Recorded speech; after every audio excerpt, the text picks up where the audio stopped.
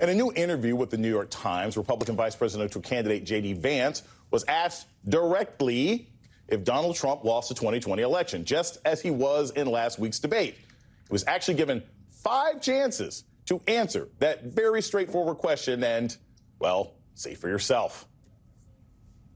Do you believe he lost the 2020 election? I think that Donald Trump and I have both raised a number of issues with the 2020 election, but we're focused on the future. Senator, yes or no?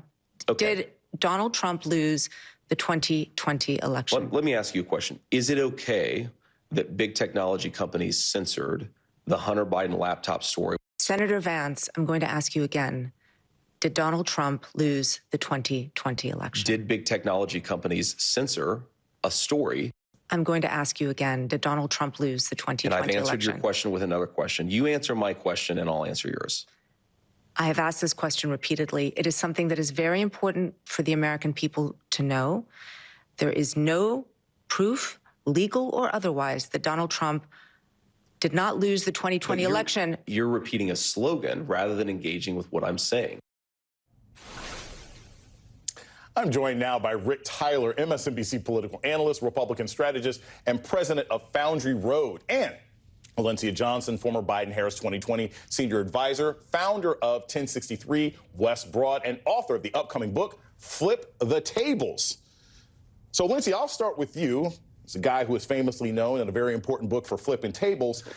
And he was betrayed by a guy who denied him 3 times. Yeah. And then we just saw J.D. Vance deny the truth 5 times. Yeah. What on earth could he be thinking in giving this answer still? Because, look, regardless of what Republicans may believe, and I know that there's a reason to feed the base, this was turned into a campaign ad 15 minutes after the debate. It is a losing answer to deny that Donald Trump lost the 2020 election.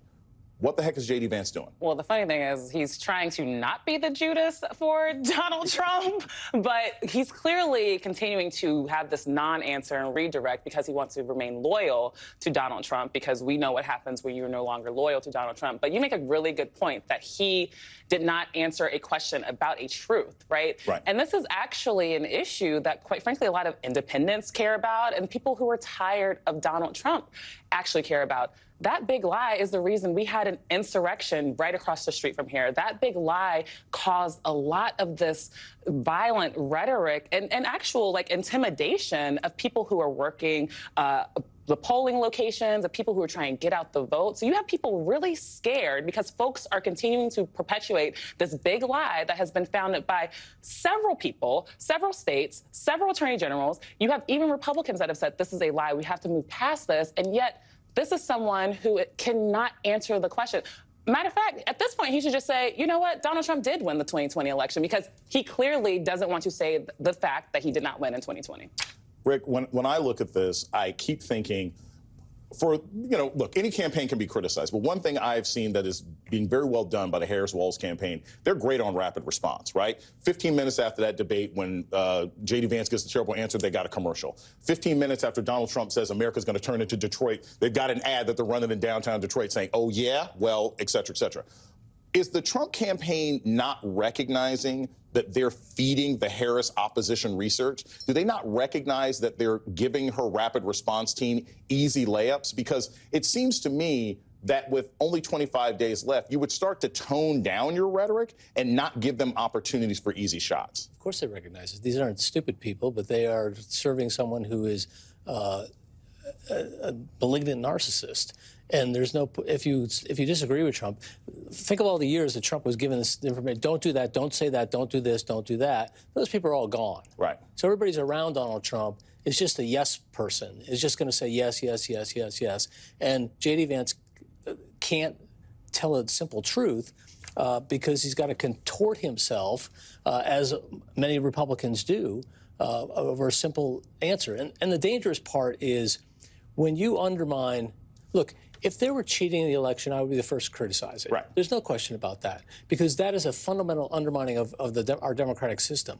But when you have an accusation without proof, and you undermine people's trust in that institution, and when you do that, that is absolutely what resulted in January 6th. Right. And then you have people like Ted Cruz who stood in the wreckage of that insurrection and perpetuated the lie that got us there.